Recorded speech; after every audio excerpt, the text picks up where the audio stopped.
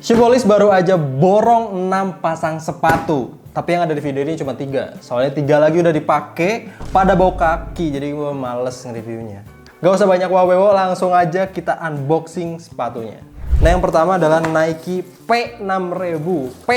P6000. Nah, si ini tuh adalah alternatif dari Nike Vomero 5. Karena Nike Vomero 5 itu sekarang lagi digoreng-goreng harganya gitu ya. Ya lagi banyak kolaborasi ganti-ganti colorway yang banyak diminati banyak orang. Jadi harganya jadi sangat-sangat mahal gitu. Jadi nggak terjangkau. Nah, si P6000 ini hadir sebagai alternatif dari Vomero 5 dengan harga yang jauh lebih terjangkau. Tapi siluetnya ya masih satu tema lah, yaitu Y2K dan dead shoes kayak gitu. Kita nggak usah review boxnya lah ya, ini standar semua gitu. Asics standar, NB standar, Nike standar semua. Langsung aja ke sepatunya ya. Kalau gua lihat dari desainnya nih, Nike P6000 ini kayaknya P-nya itu Pegasus deh. Soalnya ini siluetnya itu kayak gabungan antara Pegasus 25 sama Pegasus 2006 kalau nggak salah deh. Kalian bisa cek sendiri. Itu siluetnya mirip-mirip bro. Dari panel-panelnya bahkan sampai solnya ini mirip-mirip semua ya. Kalau gue lihat dari desain sepatunya, ini kompleks banget sih. Sesuai dengan apa yang gue suka dari desain-desain sneaker gitu. Walaupun base-nya ini pakai mesh, panelnya itu kayak banyak bumbu-bumbunya gitu. Ya walaupun materialnya pakai kulit sintetis gitu. Yang gue suka dari P6000 adalah bagian shoes-nya ini yang dibordir bro. Tapi bagian tengahnya ini pakai semacam TPR gitu loh. Jadi kayak banyak bumbu-bumbu teksturnya gitu, gue suka. Bagian depannya, di bagian two-nya ini ada logo, ya emboss lagi, kecil di bagian depan, terus belakang ada logo Nike lagi. Dan yang spesial dari P6000 ini adalah Bowerman Series bro, ternyata. Karena ada juga P6000 yang biasa, tapi yang ini adalah Bowerman Series-nya. Harga pas gua beli P6000 ini tuh di sekitar 1,4 jutaan untuk size 44. Jauh lebih murah dibandingkan harga retail. Tapi untuk beberapa colorway yang warnanya atau colorway-nya lebih cakep, terus golden size juga, itu harganya bisa jauh lebih mahal gitu untuk beberapa artikel. Karena di KKV-nya itu konsepnya hampir mirip kayak market di StockX. Jadi kapan waktu itu harganya bisa naik, bisa turun, fluktuatif lah. Kecuali saham Pertamina sih yang sekarang lagi anjlok banget. Gue tuh biasa pakai sepatu itu di size 43, tapi gue ngide di Nike P6000 ini gue pengen upsize gitu, karena Nike kan kebanyakan artikelnya itu narrow. Tapi pas gue pakai sepatu ini di size 44, ternyata pas, tapi bagian depannya kelebihannya banyak loh, hampir 3 sentian ke depannya. Buat lebarnya tapi pas di gue, dan cukup oke lah ketika dipakai gitu. Yang bisa gue highlight dari Nike P6000 ini adalah bobotnya yang ringan, terus desainnya yang kompleks, terus midsole-nya yang pakai foam ini cukup firm, terus ringan juga, nggak terlalu berat. Tapi sayangnya di bagian outsole-nya ini gue rasa nggak pakai full rubber ya, tapi ini pakai TPR gitu loh. Mungkin sengaja dibikin kayak gini biar lebih ringan, tapi soal durability kurang lah.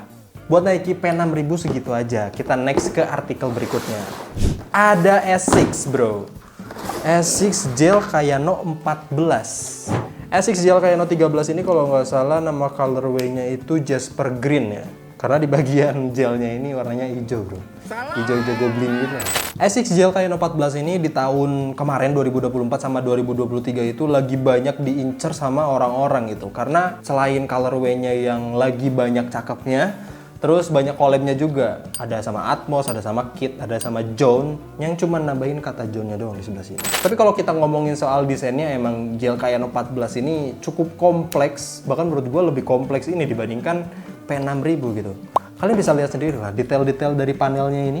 Ini tuh nggak mungkin lembaran synthetic leather metalik terus dipotong-potong gitu. Nggak mungkin. Ini tuh kayaknya lembarannya dulu dipotong, baru dipress, dibikin bentuk-bentuk kayak gini bro. Ini rada ribet sih bikinnya, tapi cakep bro. Untuk artikel yang dirilis di tahun 2008, tapi punya kompleksitas yang serumit ini, menurut gua anjing masterpiece sih. Makanya di tahun-tahun sekarang masih relate dan masih versatile gitu. Gua kan biasanya pakai size 43, tapi ketika pakai di sepatunya itu size 42,5, itu nggak terlalu ngepres di kakinya, dan ketika gue pakai seharian, surprisingly di sorenya, bagian two-nya ini ngelebar bro. Asli, di bagian two-nya ini bisa ngelebar loh. Jadi ketika gue pakai besoknya itu udah nggak terlalu sempit gitu. Break-in-nya cukup cepet juga ya. Cuman seharian doang. Gampangan banget ya sih. Buat feel ketika pakai sepatu ini kan ada gelnya ya. Walaupun cuma di bagian samping luar ya. Bagian samping luar, bagian dalamnya ini nggak ada. Tapi ini jujur kerasa banget menurut gua gitu. Nggak lebay asli. Karena ketika gua pakai berdiri, walaupun berdirinya cuma beberapa jam gitu ya, sejam berapa menit lah gitu. Tapi ketika gua pakai sepatu-sepatu lain gitu, bagian tumit itu bakal kerasa panas, kerasa perih, dan rada sakit lah kalau dipakai berdiri lama gitu. Tapi ketika pakai gel Kayano 14 ini, yang gelnya ini ada di bagian tumitnya juga, nggak kerasa apa-apa gitu, kayak pakai sepatu biasa aja gitu. Bahkan kerasanya kayak nggak pakai sepatu. Muji secara berlebihan gitu mah.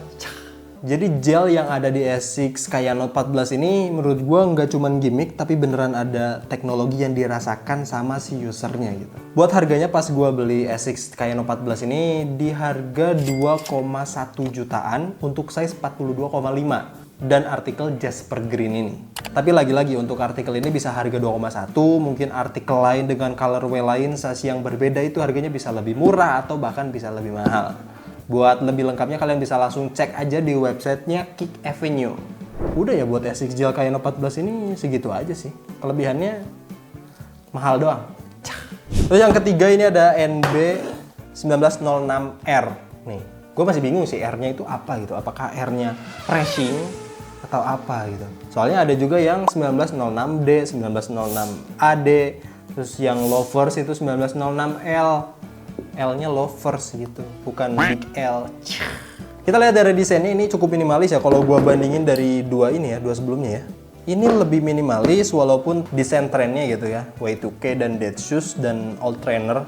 Apa coba kelebihan dari NB 1906R ini? Selain breathability-nya yang cakep gitu. Walaupun ini double layer mesh, tapi ketika dipakai ini cukup adem loh. Apalagi kalau lu pakainya di kantor-kantor corporate gitu, yang sudah pasti pakai AC sentral. Apalagi kalau lu pakai motor sih, adem bakalan masuk. Termasuk airnya juga bakal masuk. Untuk NB 1906R ini menurut gua desainnya kurang oke gitu ya. Karena ya terlalu minimalis gitu. Kebanyakan meshnya yang diliatin. Terus dibandingkan mereka berdua, si panel ininya, panel synthetic leathernya, ini tuh cuman dikasih warna-warna doang bro, nggak ada tekstur sama sekali. Paling kerennya cuma di bagian belakangnya doang ini, heel counternya. Heel counter dari NB 1906 ini cukup ngejaga stability dari sepatunya. Terus ditambah bagian outsole-nya juga ini ada teknologi stability web. Nah ini pakai plastik ya. Tapi ini plastiknya keras sih. Nanti kalau dibedah kayak gimana? Bakal susah nggak ya? Nah, nanti tungguin aja video bedanya. Tapi jujur aja, kata tester kita yang pakai sepatu ini kan size 41,5 ya. Jadi gua nggak mungkin pakai sepatunya. Sepatu ini tuh lebih stabil karena yaitu ada tambahan heel counter, terus ada tambahan stability webnya. Yang bisa gua highlight dari 1906R ini adalah insole-nya udah pakai Ortholite. Terus bobotnya yang lebih ringan dibandingkan dua artikel sebelumnya, ya karena ini kebanyakan meshnya gitu. Terus breathability-nya juga lebih oke, gak gampang gerah, dan stability-nya yang lebih mantap. Jadi buat kalian yang butuh sneaker culture tapi butuh sepatu yang stability, 1906 ini mungkin bisa jadi pilihan kalian. Buat harga pas gua beli 1906R colorway Eclipse ini itu sekitar 1,4 jutaan di size 41,5. Lagi-lagi gue harus bilang untuk colorway lain dengan size yang berbeda itu harganya bisa lebih murah atau lebih mahal. Kalian bisa langsung cek sendiri lah di websitenya Kick Avenue. Kalau gue disuruh milih dari ketiga artikel ini mana yang paling keren, biar gue urutin ya. Yang pertama, gel Kayano 14. Yang kedua, P6000. Dan yang terakhir, NB 1906R. Kalau menurut gue pribadi. Gitu aja sih untuk review 3 artikel ini. Duanya udah gue pakai secara langsung. Satu dipakai sama tester kita. Dan untuk kenyamanan ya so-so lah, semuanya punya kelebihan dan kekurangan masing-masing. Oh ya, by the way, untuk 3 sepatu ini tuh bakal kita bedah semuanya. Kalian bisa tungguin aja video bedahnya di tanggal 9, 16, sama 23. Itu sudah pasti. Tapi untuk urutannya kita belum tahu apakah P6000 duluan atau yang mana duluan lah. Kalian tinggal tungguin aja. Oh ya, last but not least, buat kalian yang lagi pengen atau lagi cari-cari toko yang jual sepatu-sepatu culture, bisalah mampir ke Kick Avenue. Mereka itu ada websitenya, terus ada store offline-nya juga di Jakarta. Kita percaya 100% Kick Avenue ngejual barang-barang yang 100% original. Karena mereka juga ngasih garansi kalau misalkan sepatu yang udah dibeli sama konsumen terus terbukti nggak original, mereka bakal balikin duitnya 100% juga. Dan sampai saat ini belum ada sih kejadian kayak gitu. Selain itu juga yang perlu di-highlight di Kick Avenue adalah harganya yang banyak under retailnya untuk beberapa colorway. Jadi tunggu apa lagi? Kalau pengen beli sneaker pakai duit THR, langsung aja beli di Kick Avenue. Oke? Ini yang mana yang bakal gue pakai? Banyak bet dah. 100 aja.